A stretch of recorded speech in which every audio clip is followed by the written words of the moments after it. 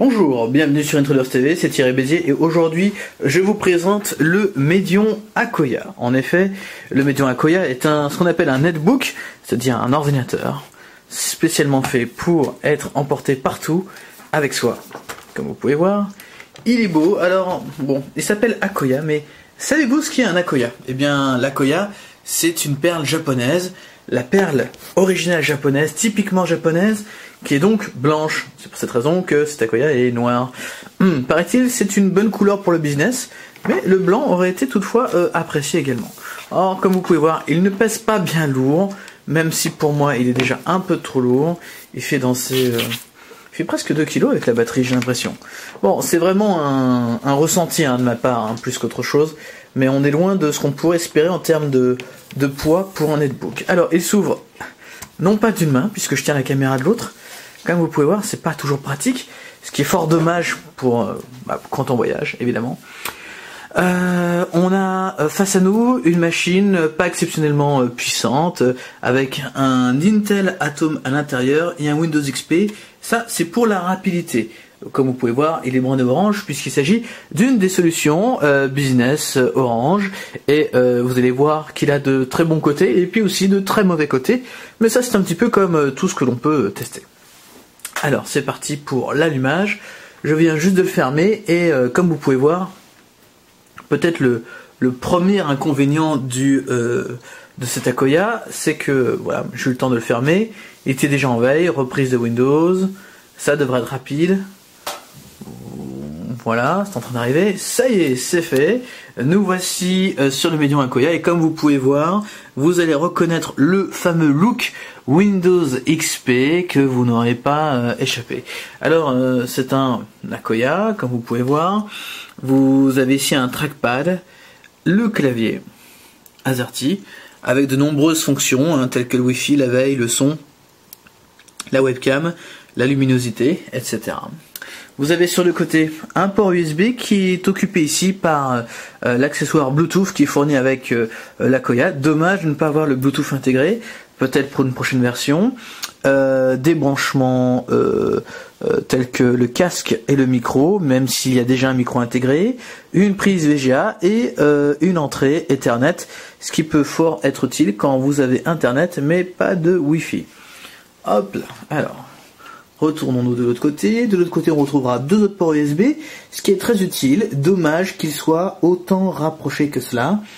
Une grille d'aération et l'adaptateur secteur, ainsi qu'une protection anti-vol.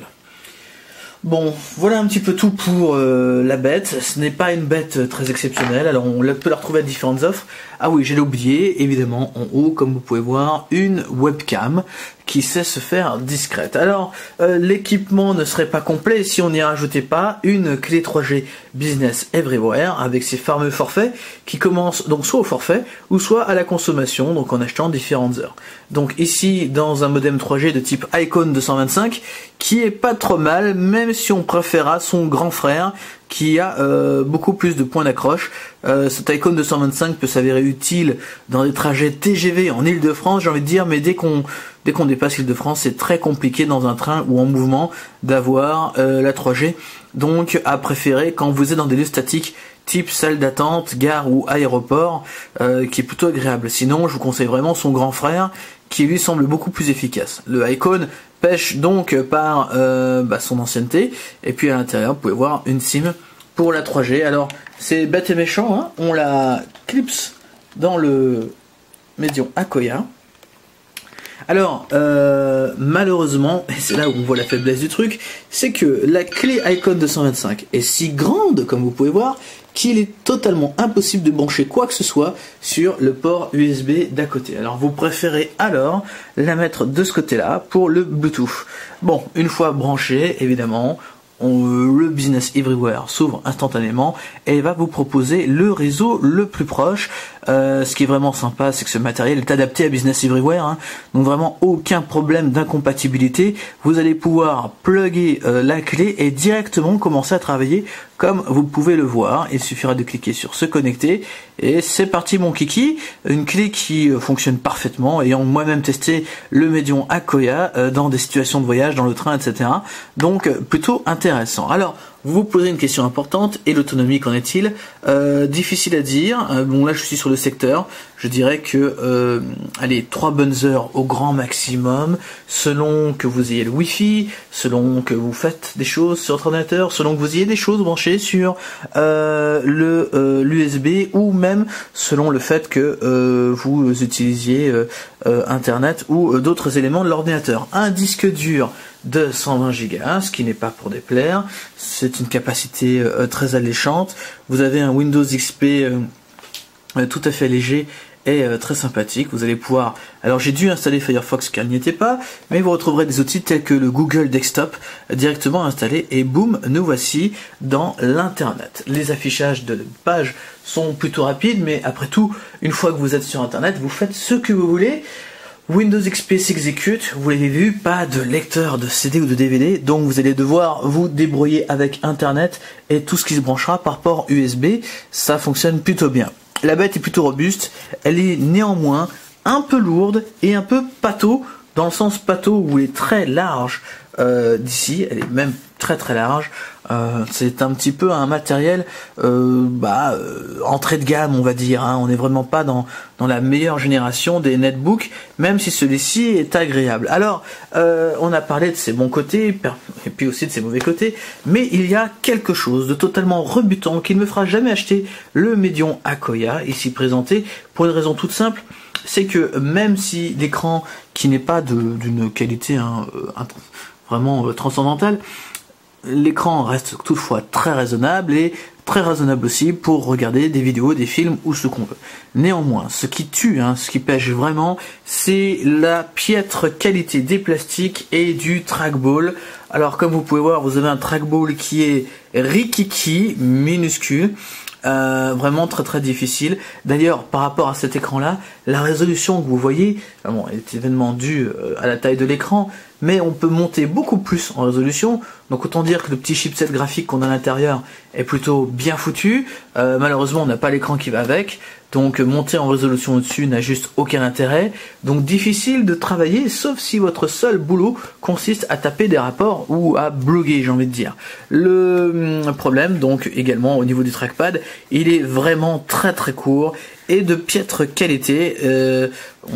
Il est bien là, il est tactile, mais plutôt difficile de faire des choses avec. Pourquoi ne pas l'avoir fait un peu plus large? Quant à ce qui est au bouton, vous avez bien un clic gauche et un clic droit. Bonne chance pour savoir où se trouve le milieu. Ici on est à gauche, ici on est à droite. Good luck with that. Un clic qui est même plutôt assez dur, donc véritablement à vous de vous faire votre opinion. Enfin, le clavier, lui, a des touches vraiment petites. Vous voyez, j'ai des gros doigts. C'est très difficile de taper dessus, surtout à deux mains. En fait, on dirait que c'est un clavier fait pour taper avec une seule main.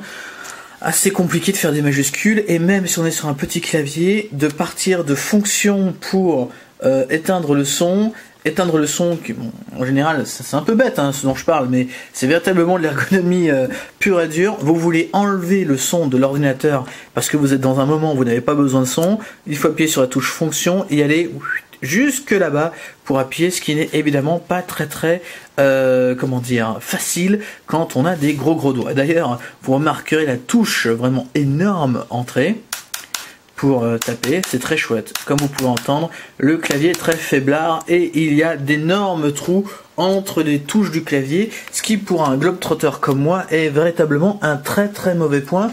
En effet, si vous voyagez beaucoup, comment est-ce que vous faites quand vous mangez, quand vous mettez de la nourriture? Et donc je vous raconte même pas quand aussi jamais vous renversez un liquide. Ici j'aimerais vous présenter mon Dell XPS 13 pouces. Non, 12 pouces, pardon, le M1210 qui ne se vend plus. Et comme vous pouvez voir ici, on est sur un clavier totalement différent, puisqu'ici, il est très resserré et véritablement fait pour le voyage. Plus de 3 ans que je l'ai, il m'a accompagné dans de nombreux voyages et il n'a jamais eu de problème. Ici, on est véritablement dans un matériel beaucoup moins de gamme, surtout au niveau des plastiques. Et ça, c'est vraiment embêtant car si vous recherchez la puissance et la qualité graphique, etc., vous devez également penser à ce qu'il va subir dans de véritables conditions de travail nomades. Et il est vrai que là, le matériel ne suit pas au niveau du clavier du trackpad, ce qui malheureusement ne le fait pas remporter une note de gloire pour moi. moi. Bon, néanmoins, hein, c'est moi, je suis un peu tatillon, je vous le cache pas. L'offre qui accompagne ce médium Akoya est très bonne, mais encore une fois, il s'agit véritablement de votre utilisation. Qu'allez-vous faire avec ce matériel? Est-ce que vous allez juste écrire des billets, écrire des rapports et faire de l'Excel et surfer un petit peu sur Internet? Très bien, c'est la machine pour vous. Vous comptez passer beaucoup de temps dans des halls de gare ou d'aéroports, voyage non compris, eh bien, munissez-vous de la clé Icon. Mais très sincèrement, si vous êtes prêt à investir dans un forfait Business Everywhere et dans ce petit netbook Medion Akoya, je vous conseille fortement de prendre déjà le modem au-dessus de celui-ci pour pouvoir profiter d'une totale connectivité et même pourquoi pas de vous offrir le modèle au-dessus, mais ça reste néanmoins un ordinateur nomade potable. Alors la note de ce netbook, eh bien ce petit netbook se prend la note de 13 sur 20 à cause de tous les petits défauts dont on a parlé, puis aussi grâce à ses qualités, car aujourd'hui, avoir un ordinateur portable aussi petit et aussi léger d'exception coûte bien la modique somme minimum de 800 ou 900 €. Alors autant dire que pour son petit prix, on se contentera de ce Medion Akoya en attendant mieux la prochaine fois. Voilà, c'était Thierry Bézier pour Intruders TV, et je vous dis à très vite dans un nouveau test d'un produit Orange Business. À très bientôt.